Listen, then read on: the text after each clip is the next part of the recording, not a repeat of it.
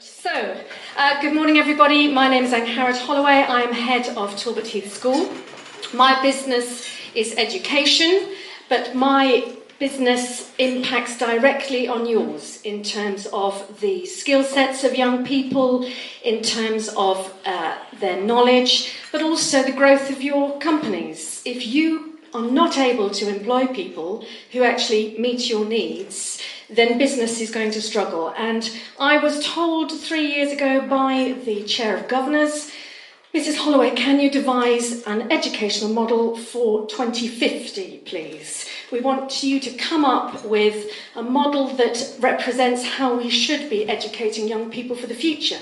And I have to say, looking at the current UK model, with its emphasis on rote learning, relentless testing, the gentleman who devised it, I shan't name him, but his quote was, I want every child in the UK to receive the same education that I received. That was in 1950, and they were sat behind a desk, and they had paper books, and they just had to sit quietly and learn. And I feel actually such an education is not going to prepare our young people for the future. So I looked at what the CBI was saying, I looked at what global business leaders, if you follow the World Economic Forum and see what they're saying about what they expect in terms of skill set, knowledge, and I devised a whole new curriculum. I thought what we are doing currently is wrong. So we need to educate in a different way, and I looked at the areas in terms of the skill sets that I thought that they would need. They need to be adaptable, they need to be resilient, they need to be flexible, able to problem solve, digitally proficient, yes, but they also have to be creative thinkers. In a world of AI where you have computers number crunching, it's going to be that human flair, that inventiveness that's going to make the difference and be the distinguishing factor. And I think the UK, if we try and focus solely on STEM, numeracy, I understand why, rigour is important, but actually we are not preparing our young people and our businesses if they cannot then think creatively outside of the box and come up with solutions.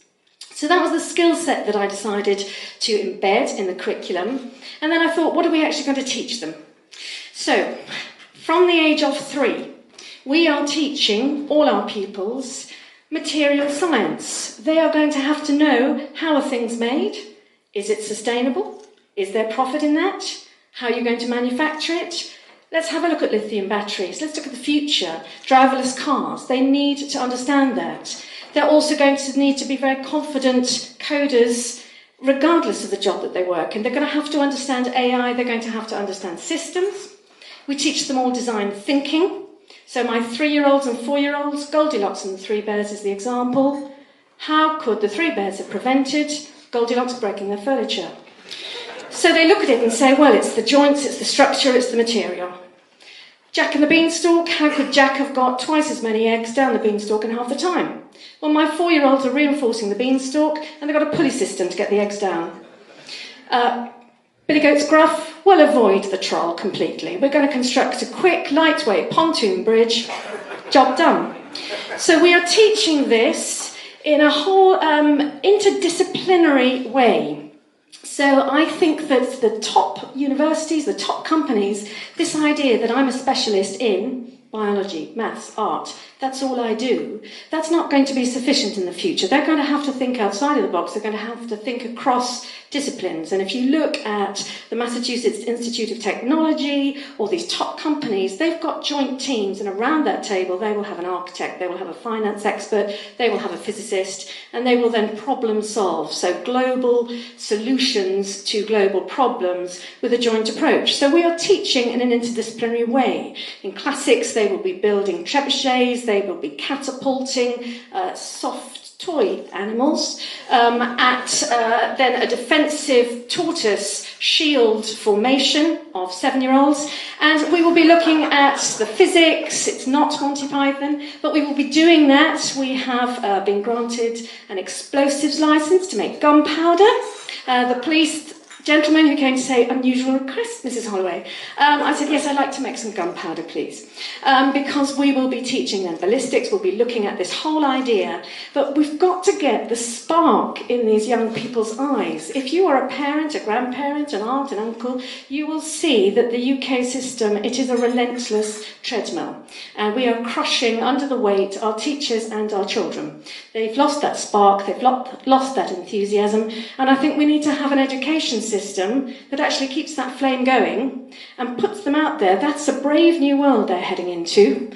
Goodness knows what they will be doing in 20, 30 years' time, but they have to see that as a challenge and embrace it and not be scared by it. And by teaching them differently, different curriculum, different skill set, keeping that intellectual curiosity going will be key. I think the UK has a reputation for brilliance in terms of inventiveness. If you think of our creative thinkers, it saddens me greatly that our current system rewards maths, English, but actually art, music, drama, design, technology, they've all been put in bucket 3, and schools do not receive much funding for bucket 3. So they're closing the art departments, they're closing the drama departments, they're closing the DT. To my mind, UK, those brilliant people, those people who think, actually, well, I'm a lawyer now, I'm a physicist now, but actually, I love dance, I love drama, I love music. They'll come up with the ideas that will then push things forward. They are often the change makers in terms of their approach. So what are we going to do? We've built a new building. I said I want to educate differently. I don't want them just sitting behind desks. We've got an interdisciplinary learning centre. I said I don't want walls between the classrooms. Take them down. Can we have a building where we put the walls up? Walls down. I said I want them to be able to project on the windows outside, on the walls, on the floor, interact, virtual reality, holograms, and the pupils to be able to do this themselves from the age of 4, so that they are masters of digital technology. They can operate in any field. Doesn't matter if they're an author, a performer, a writer, a lawyer. So we are now training all our students to do computer-aided design from a very young age. Our 11-year-olds have just done an architecture module in art. They looked at the works of Renzo Piano, Zaha Hadid. They then designed their own buildings. They did that on CAD software. They then went to a virtual reality room, put on the headsets and walked around their buildings that they had designed and then modified and tweaked them afterwards. This is a brave new world that I hope that our young people will be entering. But as well as the virtual, they need to be in the real. It's not good enough just to say we're just going to have young people who can work in this virtual world. They've got to be able to interact, they've got to be able to talk. You know, for the sake of our planet and our future, we've got to have good understanding of relations. So we're teaching them all ethics from the age of 3 because it's really important. You've got to understand the consequences of the new technologies. How are they going to be used? And how are you going to, as a human being, use them for good rather than for ill? So the new building is going to be open and the new curriculum will be open to all in terms of community use.